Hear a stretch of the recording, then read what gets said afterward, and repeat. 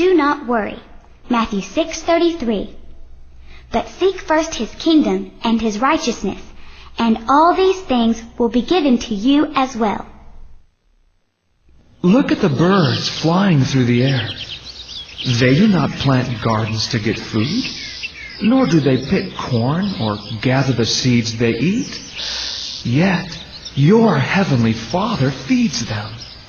So do not worry about what you will eat and drink, for you are much more precious in God's sight than these birds.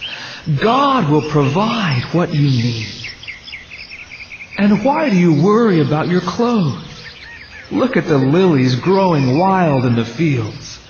They do not make their own clothing, yet they are dressed as splendidly as a king. Our God has provided clothing for flowers. Don't you think He will provide clothing for you?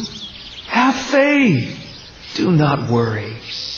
God has given us a promise.